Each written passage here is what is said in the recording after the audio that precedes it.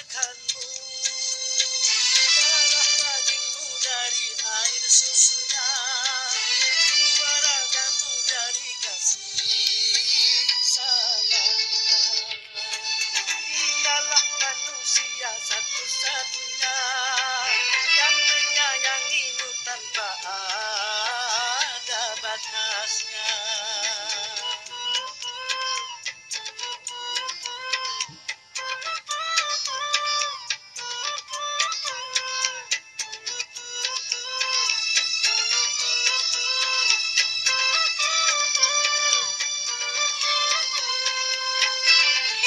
Doa ibumu dikabulkan Tuhan dan untukkannya jadi kenyataan.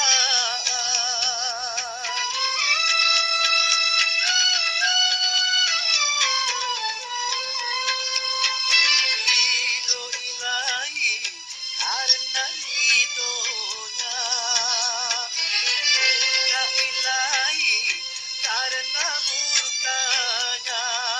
Bila kau sayang pada kasihmu, lebih sayanglah pada ibumu.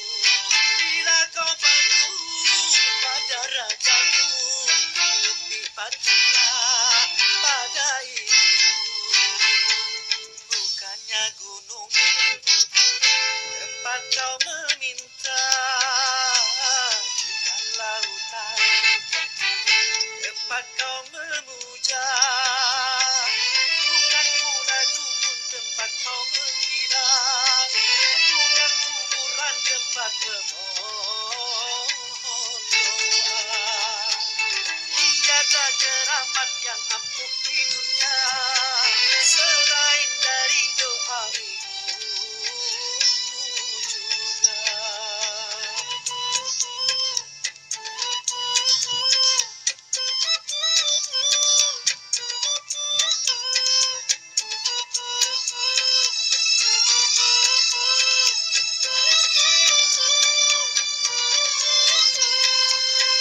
Doa ibumu dikabulkan Tuhan dan untukkannya jadi kenyataan.